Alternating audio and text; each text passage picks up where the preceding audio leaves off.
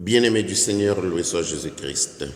L'extrait de l'Évangile lu ce dimanche de la Pentecôte a déjà été lu et commenté au 6e dimanche de Pâques. Nous faisons donc le choix de nous arrêter uniquement sur le Paraclet.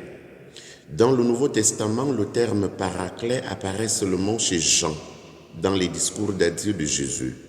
Jésus le qualifie comme intercesseur céleste. Que signifie Paraclet ? Rien n'est clair du point de vue sémantique. Les traducteurs l'ont simplement transcrit presque littéralement du grec.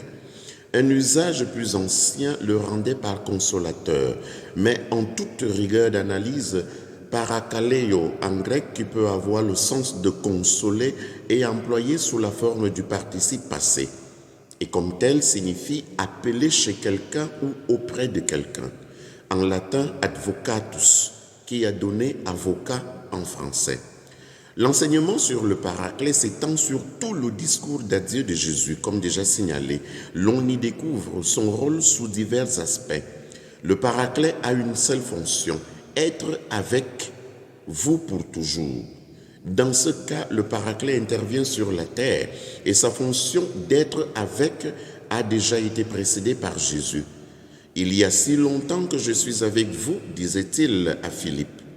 Après l'ascension, la promesse « Je serai avec toi » qui traverse toute la longue tradition biblique se réalise selon l'évangéliste Jean grâce au Paraclet dont Jésus se distingue et se rapproche en même temps. Quel est donc ce Paraclet dont ne parle aucun autre évangéliste? Sa précision nous est donnée par une apposition. Lui est l'Esprit de vérité.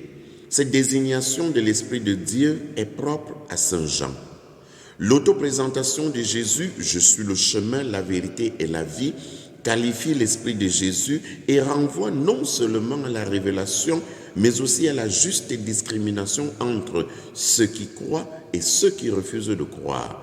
À ses disciples, contrairement à ceux qui ne croient pas, Jésus dit « L'Esprit de vérité, lui que le monde ne peut recevoir, car il ne le voit pas et ne le connaît pas, vous le connaissez car il demeure auprès de vous et il sera en vous. » À l'exception du dernier, tous les verbes sont au présent.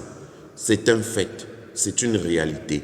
L'Esprit de la Sainte Trinité demeure chez les croyants pour communiquer à tous les hommes le salut opéré en Jésus-Christ. Loué soit Jésus-Christ.